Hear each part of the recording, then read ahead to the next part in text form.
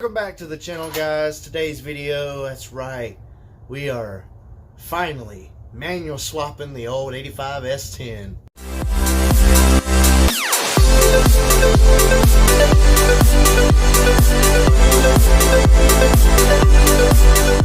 Back on stands, there's the old crappy 704 that crapped out on us on the last video. This S10, all because of a converter that was remanufactured from AutoZone. So yeah, I'm not ever doing that again, and that goes for any transmission that I've got. I'm not going to go through them and get another converter because I don't want to go through this, you know, tearing up two transmissions that are two different ones.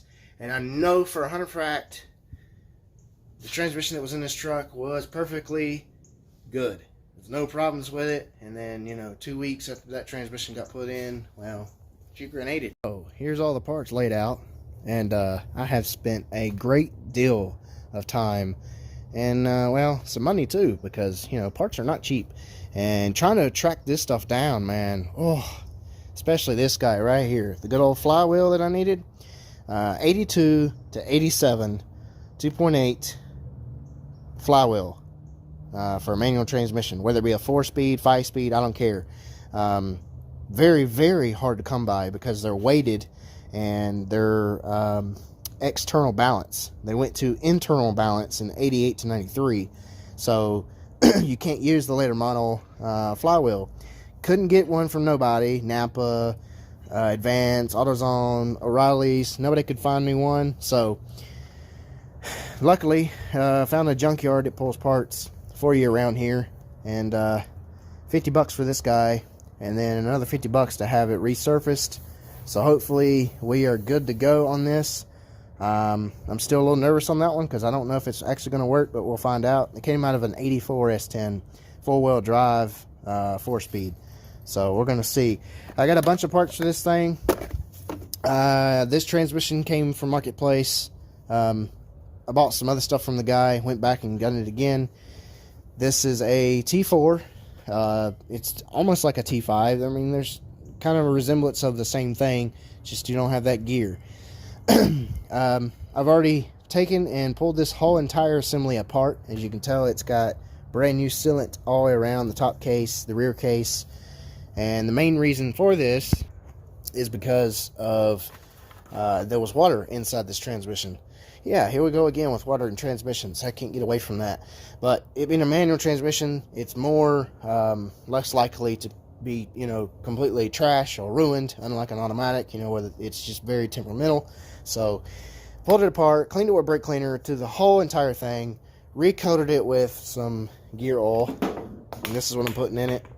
It's 80W90 gear oil from O'Reilly's. I think it was like $9.99 a bottle. I'm gonna have to have more than just one, and then I got some performance additive I'm gonna throw in there just because of wear and tear, age, sitting, etc. And I'm probably gonna be not so light with it with my foot. So cleaned it, it's back together, and the stuff that I used, I'm not really, what you say, impressed with it yet. I hope that it does not leak. I'm gonna be very upset if it does. This stuff here, Anaerobics, is mainly for aluminum. That's the main reason I got this. It's like $23 and some change from Advance Auto. That's the only place that could carry this, that I could find it, besides Amazon. And by the time you pay shipping from Amazon, well, you're just pretty much the same boat, just going to the store and getting it. This transmission's got lower miles on it. It doesn't have that many miles because the shift fork, the forks, the plastic pieces were still on the forks. So yeah, I don't know, it's maybe, you know, around 100,000, I'd say, possibly. But it's set out in a building barn and got a lot of rust all over it. This whole entire thing is going to have to be cleaned up a lot more than that, and that concerns me because it's pitted in some places. Let's see if I can get the camera to really focus on that. Yeah, not great. So I'm going to take some sandpaper and some other stuff, lightly, nothing thick, too aggressive, go over it. I think this is supposed to be open, and that's filled with whatever's in there. I think it was tipped up, and that's what happened. But the whole entire thing, I cleaned this up. This was all completely coated the same color as this shaft. And I gotta clean those grooves out. The back was like the same way. I cleaned it out the best I could with some brake cleaner and a brush. So I gotta pop in a new seal. Got that right here. There's the part number for that guy. It is 9613S. Couple bucks. Yes, I know. Duralast brand. It is what it is. But here's the clutch slave cylinder. I think it was 15 for that. And then in here is the clutch fork. It was like 21 bucks for that guy. The reason I got the clutch fork is because the one that came with this, it's some around here somewhere, was severely rusty, kind of like that shaft. So I went in and got a new one of those. I got the clutch master cylinder that goes on the firewall to the clutch pedal. I got the clutch pedal assembly at the junkyard. So sweet. And like I said, flywheel. And then the clutch kit is there. It's like 85 bucks for that. Went on Rock Auto, ordered some things. Transmission mounts, 2 different ones, because I don't know if I can use the 700R4 crossmember, or it has to be the 3-speed crossmember. I don't know yet till I put it in. I don't even know if the drive shaft's going to have to be shortened or lengthened. I don't know. I changed the seal in here for the speedometer cable. So cleaned up a lot of this. I painted the rest of it. It's going to have to be completely cleaned up and primered and painted the same color as this. I just did this first. I wanted to tear this apart, clean it first, so that way I wouldn't ruin the paint brake cleaner, because it'll eat this stuff. We got the flywheel bolts, because flywheel bolts are different than automatic, whatever you call the other.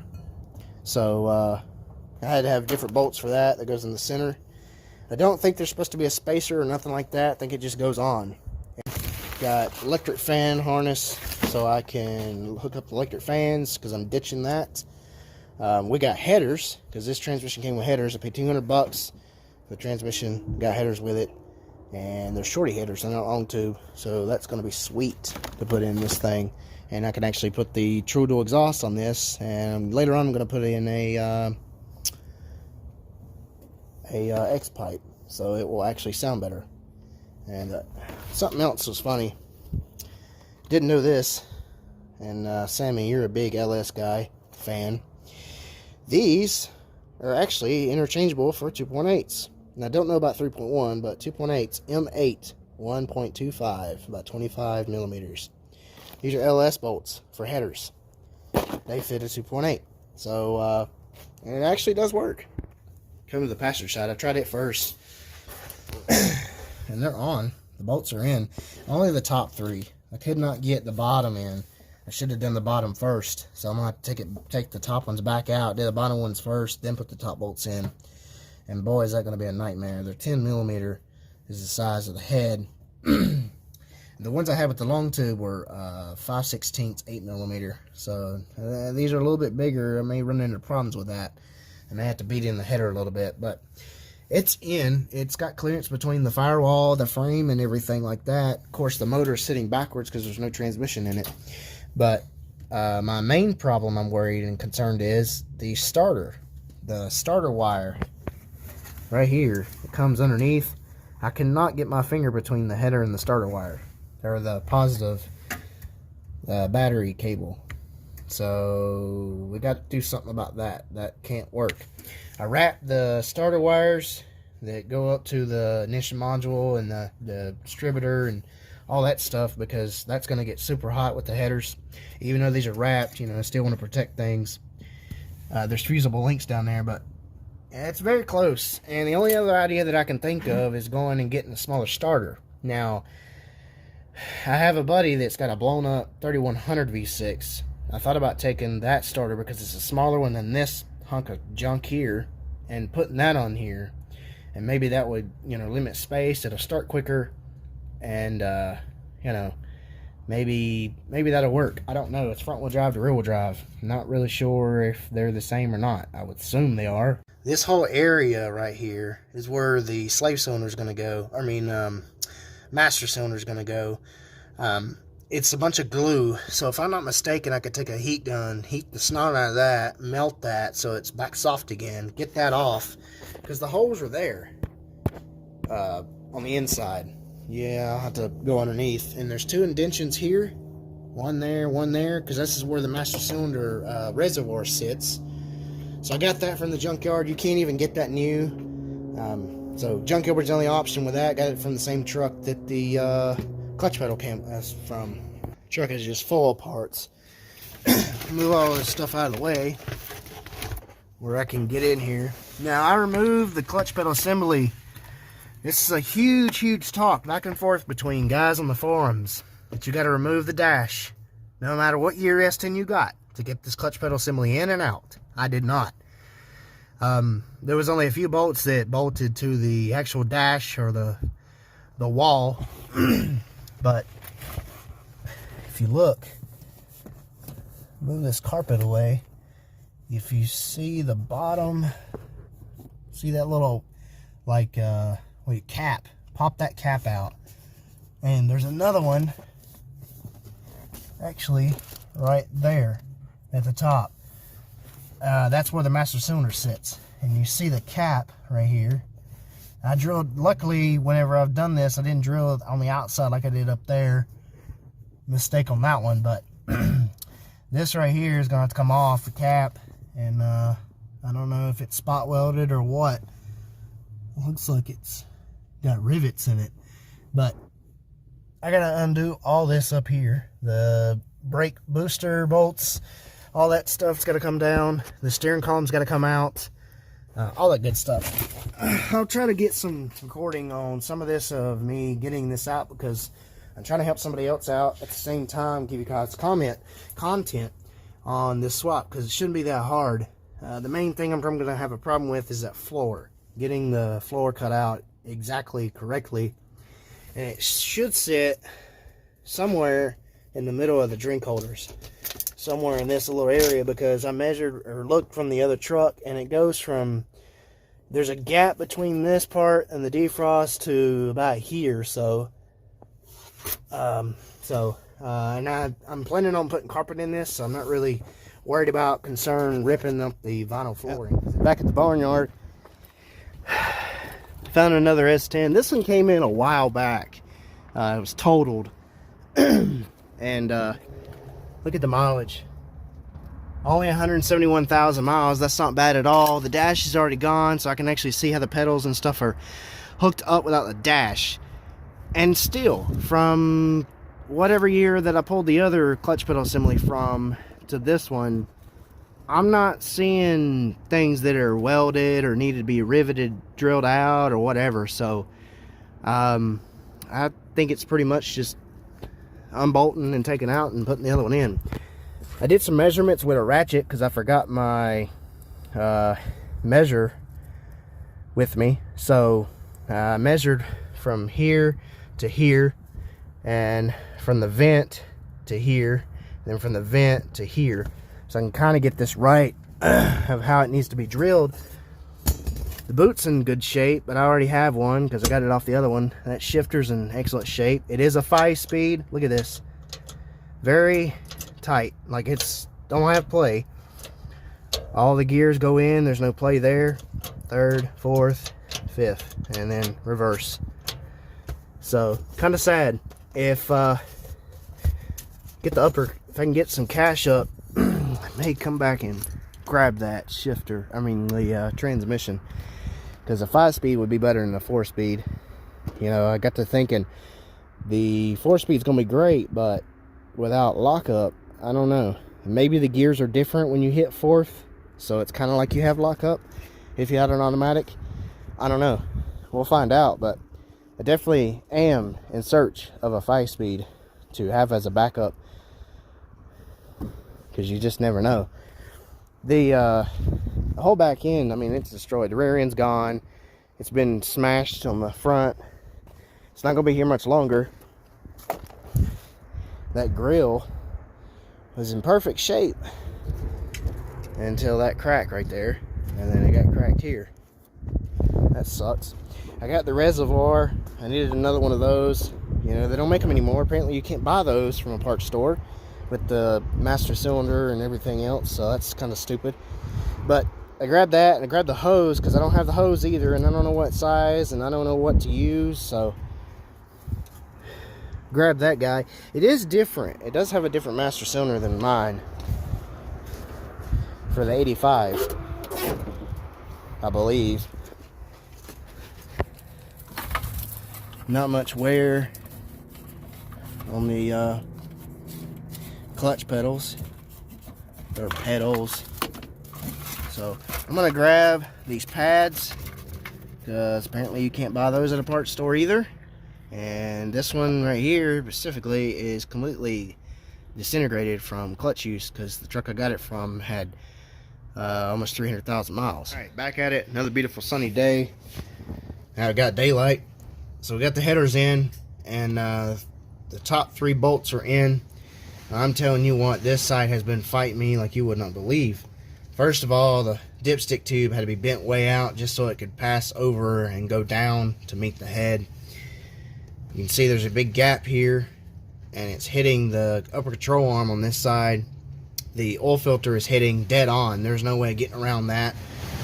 So I went and got a shorter four-wheel drive oil filter, thinking that that would be better. No, that still is hitting. So I could get an adapter to go to the junkyard, find one that's four-wheel drive and a 2.8, make it where the oil filter goes this way instead of long ways. Then you'd be able to get to it, because like that it would work. But to do that, the bolt that's for that adapter on the block, you have to take the motor mount bracket off, and I'm not about to do that. So they make a supposedly a aftermarket kit where you can relocate the oil filter wherever you want it, and I'm thinking somewhere in this area, about some, I'm not really sure, but I'm just what I'm thinking. If it's long enough, I'd like to do it just like the Blazers did. Put it over here on the fender and let it run the lines downward and over here to the oil filter housing. But they make a relocation kit, and I looked online. It's probably about 90 bucks. Ouch. Not many out there, and the 2.5 and the 2.8 share the same oil filter. You have to look it up as four-wheel drive because part numbers are different between long and short oil filters.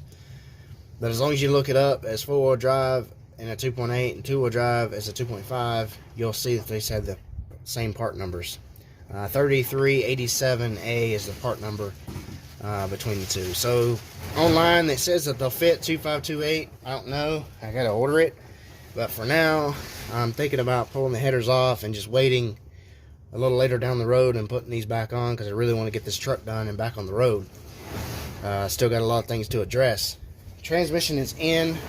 I'll show you that in a second. This header is in, but as I spoke before, it's hitting the bottom of the positive battery cable dead on. There's no gap at all underneath. I got one of the bolts in. This side fits flush. It's good. No problems with that. Control arm, no problems. Firewall, no problems. Frame, no problems. The bell housing, the bell housing's hitting. It wraps around the bell housing like it goes around it like this, and it hugs on it on one side that has one of the bolts that holds the top or the side of the bell housing onto the block underneath. But other than that issue, I mean, I could fix the battery cable and somehow address the bell housing thing. But this side is never going to work until that oil filter problem is fixed. And there's no way of beating that header in far enough to make that clear.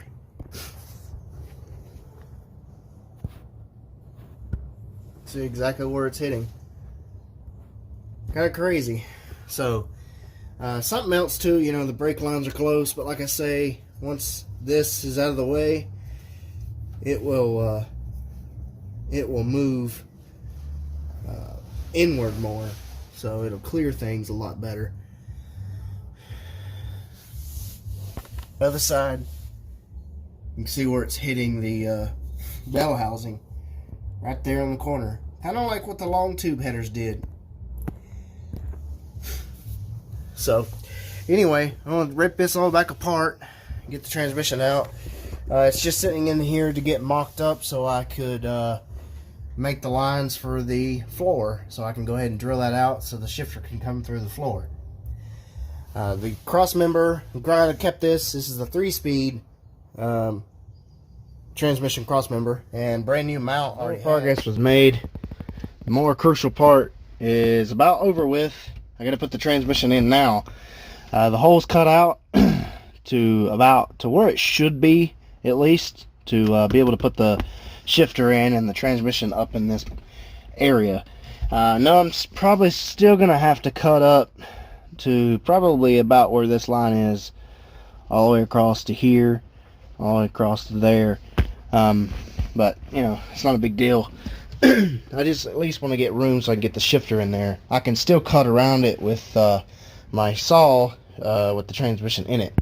Good old Craftsman jigsaw. Best thing in the world to use, and some Walmart blades for like $6. But you can see the marks where I cut it up, or marked it up underneath the truck. Try to get them to line up here. Something like this. Yeah. So I actually cut it exactly like I wanted to, a little bit farther out. And like I said, I'm still going to have to do some trimming, but it's not going to be that difficult, especially with having this to go beside the transmission. Here's the shield I was talking about. Finally found that at the junkyard. It doesn't go behind the flex plate, or flywheel I should say. I thought this did, but evidently not. It's only just a bottom cover. It goes before the starter. So you got to put this on the bell housing when you put it on, or you'd have to remove the starter to put this on because it goes before it, or in between the two. So all it is 4 10mm bolts that hold it on, so it's a piece of cake. Clean that up. It was completely just disintegrated with a bunch of oil and grease. Clutch and everything is in, torqued to spec. The flywheel gets torqued to 50 foot-pounds. The flex plate, I believe, is around, first pass is 15, and your final pass is supposed to be around 30, 35 something foot-pounds is what I found online. And to clean this up, well, grease it real good, put some oil on the end of this, even though it's pitted to death, and put the bell housing on, put the transmission in, and we'll be done with this area and finish going here. Actually still need to go back some now, seeing that underneath, but not a big deal. Like I say, there's room around that shifter with it in place, because the transmission doesn't fit flush all the way up in that floor like that, so it's not going to be a problem. Well, shift fork is in, the bearing is in, smooth as silk, quiet. I greased the pallet stud there. Some of them, these bell housings, have a grease fitting on the back, and it was an 80 something, maybe 91 S10 2.8 that still had the bell housing on it. Transmission was gone, and it had a grease fitting on the very back right here in this indenting. Too bad I don't have that. I often really seriously been thinking about going and getting that, but you know, that's just another time wasted instead of getting this done. If they made it like this, so it should just do fine. Put some high temp grease on it, and I'm gonna put some inside of here and the transmission, so it'll be nice and smooth. Alright, transmission is in, all that good stuff. The slave cylinder is in the transmission. The line's not hooked up or nothing like that, it's just barely in. I gotta check that in a minute, but everything from the bell housing bolts, transmission bolts, cross member is in, speedo cable is in, all the bolts are tightened, drive shaft is in. It actually fits. I gotta tighten those bolts. There's enough room here for this to go in and out. It's maxed out all the way to the rear of the truck, and this is exactly how it was with the 700R4, so there's no difference. there's still enough gap there for that tail shaft. And this is really not going to move. It's really right here is your movement for the rear end to go in and out as you're going over bumps and things like that, as the suspension twists and moves around. It's all in, so now it's just time to put the clutch pedal assembly in. That's the next roughest part. I still got to cut the floor out. You can tell where I didn't fully get it off, and the shifter won't go in, so I got to do that. I got to put the clutch pedal assembly in real quick. Exhaust manifolds need to go back on, the white pipe needs to go back on, and it needs fluid in the transmission. Also need to put in the reverse switch because mine is busted off. So I will say that was a pain to get that in because the splines did not want to line up. I had to put it in 4th gear, spin the rear tail shaft, and finally get it to pop into the transmission. Steering column's out, and here's that putty stuff, probably seam sealer if I had to guess, from the factory. Here's the plugs you knock out for the clutch pedal and the bracket assembly, because the master cylinder actually bolts where those plugs go. So when the steering column's out of the way, there's a lot more room. But right in here, you got to get all the seam sealer off, and then the plug that's on there that's round, like that's on the inside. A lot more room with the steering column out of the way. Of course, you got to do it anyway to get this in and out. So I did this at the junkyard, and it's pretty much just plain easy to do. There's 4 15mm bolts that bolt this whole bracket assembly to the brake master or booster. And then you have 2 10mm bolts. There's one right there. You have to go through that hole there with a ratcheting wrench that's bendable to get that bolt out. And then there is one right here. And then the whole assembly will come right out. Just that easy. After all the bolts are out. At least it's supposed to. It's what it did on the other 2 trucks at the junkyard. Here's what I use. Just a generic ratcheting wrench, but it's a swivel. You gotta have this or you'll never get that bolt out. It is right there. Pretty much just take it, go through there like so,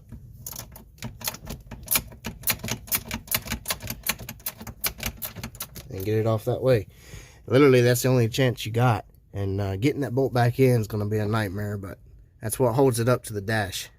Alright, after you get these off, some dashes have 2. One at the junkyard had 2 on the pedal assembly that holds it on to the dash on the stud. Luckily mine only had 1, but still, that was such a pain to get off. I hate these things.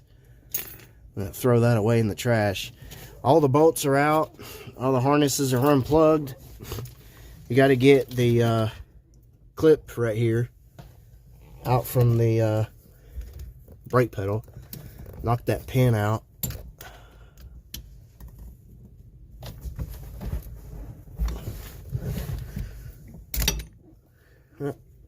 It's gone. And then there's a, I think it's a 13 or a 15. You got to take this nut and this bolt out to get this bracket piece off. It's like a spacer, because it connects to the brake switch. And then once you get that off, you can slide the rod all the way off for the brake booster. Well, it's out.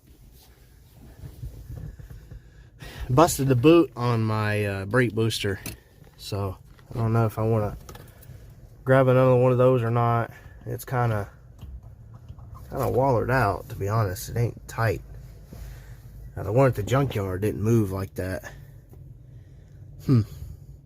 But anyway, it was a little it was a little bit of a pain. You can see right here where the marks where I had to take a flathead and go between this, pry the bracket outward because it was hitting this inside lip, and you couldn't get it out after you remove that 10mm. But the top one came right out. Like I said, I'm gonna put that one back in there because I don't really need it. Once it's bolted to the firewall and the one right here at the dash, that'll be good enough. It's not got that much stress on it. Hopefully I didn't beat up the threads too much. They look okay. So this piece actually moves. But anyway, I'm gonna clean this mess up. I gotta get that plug out.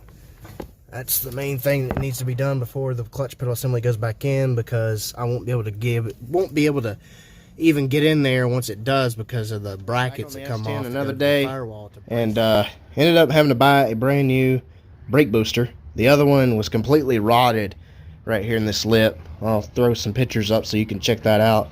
But yeah, it was pretty bad in that area, and I had a vacuum leak when I turned the engine off, so more than likely it was this. And something else too is when I popped this line off, it had no vacuum. These usually keep vacuum for quite a while. I've been to junkyards where I pulled this line off and the car's been in there for like months and they still had vacuum. So something definitely wrong with the other one. Replaced that for about $100 later. Yeah, it's a remanufactured unit, lifetime warranty. I got the hole out for the master cylinder to go in, and it's been probably, I don't know, probably like another week, if not more, later. And I've been back to the junkyard because the clutch pedal I had at the beginning would not fit. It went in with no problem. It didn't have the markings or the brackets where it bolts to the dash right here. 82 to 85 bolts here differently from 86 to 93. So the other clutch pedal assembly I had wouldn't fit right, and I really wanted it to bolt to the dash so everything was, you know, structured in and nothing would rattle around while driving down the road or flex. So anyway, that's in. This one's painted a lot better than the other one. I took way more time on this one to get it painted. And the next thing I was waiting on is this. The first one I got, which is this guy, Clutch Master, is the wrong one for this style, being 84 and 85. Because apparently I think in 86 to 93 they're different. They take this style, there's an A and there's a B style. And I'll give you the part numbers for both, but the main difference is this guy. And a lot of people are going to say right now, why not just drill this hole out and been done with it? Well, I wanted the correct one just in case there was something different between this and this. Either that or how it's angled, you know, to go in the floor to line up to the clutch pedal. So finally got this, and it came with new bolts or nuts, and the hole is actually drilled out better to what it should be versus this one. This one had a bushing. I even popped the bushing out and it still would not fit. This one, it fits great onto the stud right there, just like that. And the other one would not fit. So I'm gonna get this thrown into the firewall real quick. You can see how crappy that looks, and we'll line everything up and see what that looks like. So the style that I had that I didn't need or would not fit is this one, 12169 Duralast brand. O'Reilly's could not get it. AutoZone was the only ones that could get me the correct master cylinder. I tried several that O'Reilly's had on the shelf or even ordered in. None of them would be the same diameter of what I needed. It comes with this little piece. I'm not exactly sure what that's for. I figured that it went into this and took up the slack, but that would kind of make it way too small. Yeah, that won't even fit on there. I'm not sure what that's for, but I'll just keep it in the park stash. The correct one is that part number right there, SH5003. Alright, so the steering column is back in. All that stuff is plugged up. Had to mess around a good little bit with this bracket because you needed the one that's a little longer. Luckily, the other clutch pedal assembly had this bracket that is a little closer upward, because this one wouldn't work. That one either. This is the one that was on it, but that one is made a little different. So now the brake lights come on and they stay off unless the pedal's pressed. I got wires everywhere. Everything's a mess. The shifter's still not, bolted down. There's still so much to do, but I want to fire it up. I want to make sure that it'll at least try gear, so I can finish the process of buttoning everything up so I can do a test drive, hopefully. The clutch has been a nightmare to bleed, but, it is what it is. I think I have most of the air out of it, so we're about to find out. See what it sounds like. One of the exhaust pieces is wide open. One of them's kind of rigged up, so it's going to be loud. Got the Karen hater exhaust on it. And yes, I actually have a Karen neighbor. She's not too pleasant to live close to. Let's see what happens.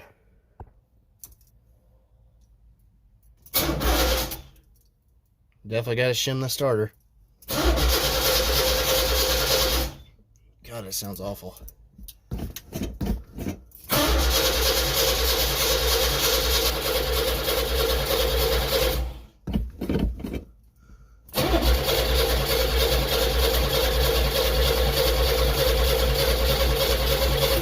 Come on. Now it's got fuel. Come on, girl.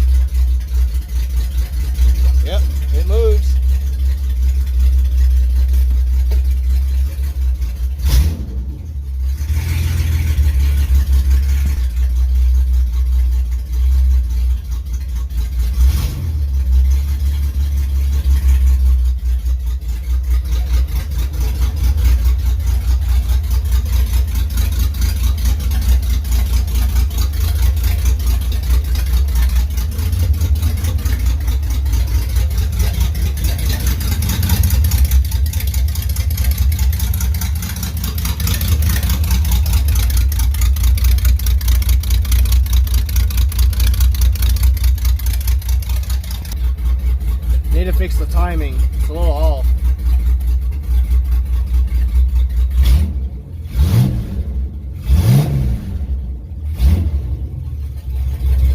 There it goes.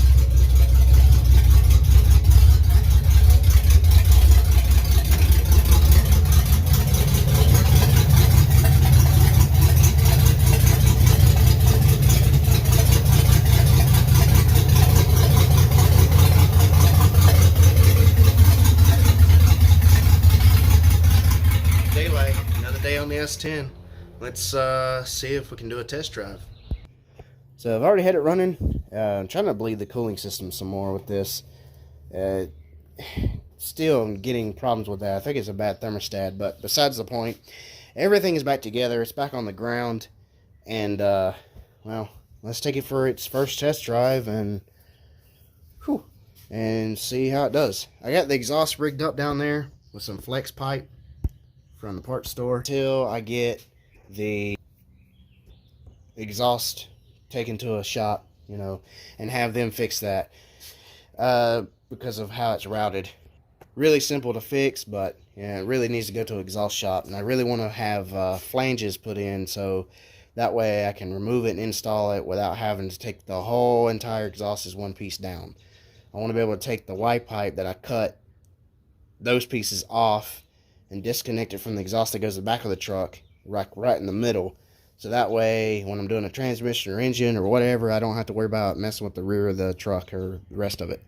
It's full of fluid and no leaks so far. I've gotten brake leaks again. stupid brake proportioning valve is leaking again. But for the most part, no, it's not four-wheel drive. I'm gonna comment. I do that for looks. Interior's halfway decent. It's not finished. There's still pieces everywhere, but let's fire it up. Still need to shim the starter. You know, like I say, there's still a lot of things to do, but for the most part, we can at least test drive it.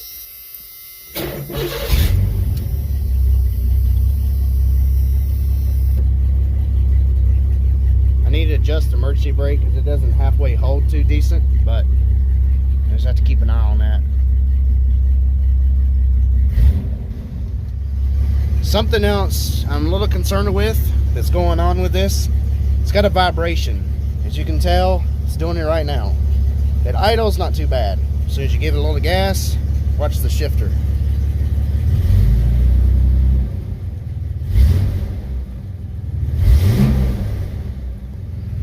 Definitely not good.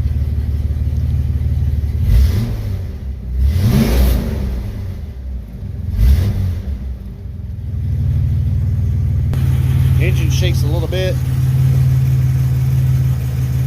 Can't really see it on camera, but you can see the hood move. Didn't do that before with automatic. Something's not right. Even the hood rod is moving. That ain't right. Let's see what she'll do. She's in first. Already around the block, I can tell you this. At first, it's like a granny gear to this truck, and I'm assuming because of the rear end being 373s.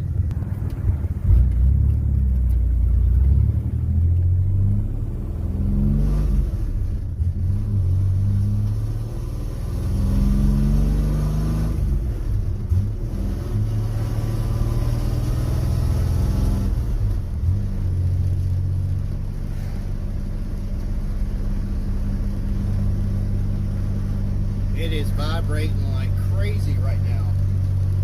Jeez. 45, I'm doing 2,000 RPM, so not too bad on that part, but I'm not liking this vibration. This is not good. There's definitely something wrong with the engine side. I can put my clutch in and it stops, but I can still feel it. Not right there. Great, more work. Gotta figure this out because that's definitely not good for the crank and the bearings.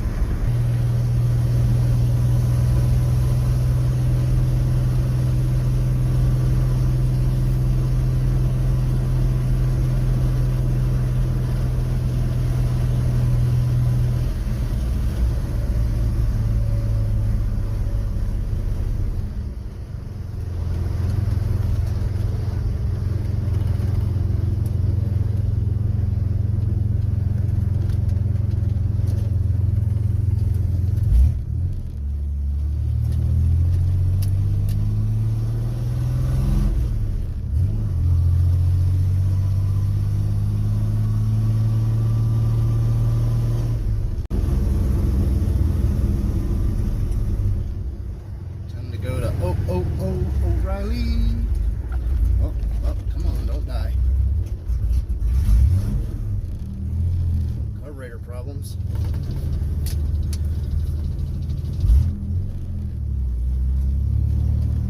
I picked up some more parts, another flex pipe. There's the part number for that, 2 1/8.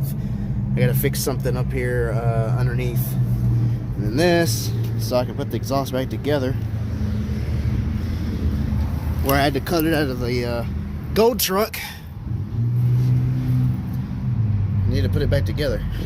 It ain't the best way, but hey, it'll work. Look at that, like a glove. Get this thing back to the garage because something ain't right. We gotta rip it back apart soon. Figure out what the heck is going on.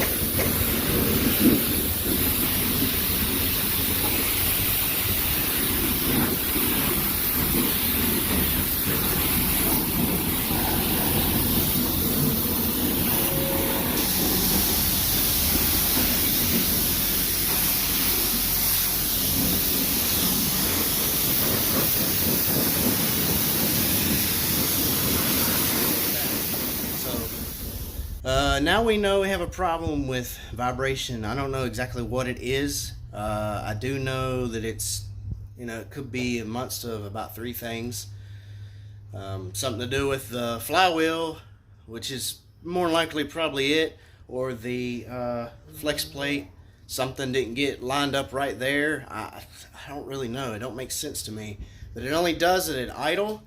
It only does it certain RPMs when you're going down the road, and it shakes really, really bad. It's not smooth at all. Third gear seems to whine a little bit, but all the other gears are fine. Everything, there is good. It shifts through all the gears without problems. So I'm really glad for that. But as for this, this is pretty much it. It's pretty much how you swap your 82 to 93 S10, or more than likely 82 to 85 Chevy S10, GMC S15, whatever, from an automatic to a manual. It's actually not that hard because a lot of things are already here. It just either had to be tapped, drilled, or popped out in order for it to all work. I still got a lot of things to do to this. The exhaust needs to be finished.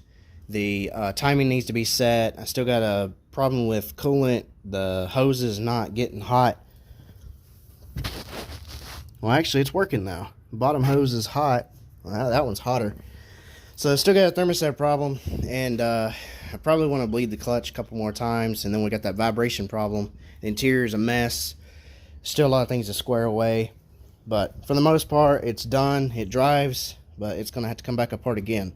Now, whether I do another video on doing that, I really don't know, but I guess just stay tuned for that. I'm kind of getting burnt out. I've got some other stuff that needs to get worked on, get done around here, and this truck has taken up the space in the garage to get that done. So if you like this video, give it a big thumbs up. I'd appreciate it. Helps the algorithm. And as always, like, share, subscribe, and I will catch you guys later in the next one. Hope you enjoyed it. I've worked a lot on this video, on this truck, trying to get it done for you, and everybody else, for myself too. So thanks. Catch you guys later in the next one. Stay tuned.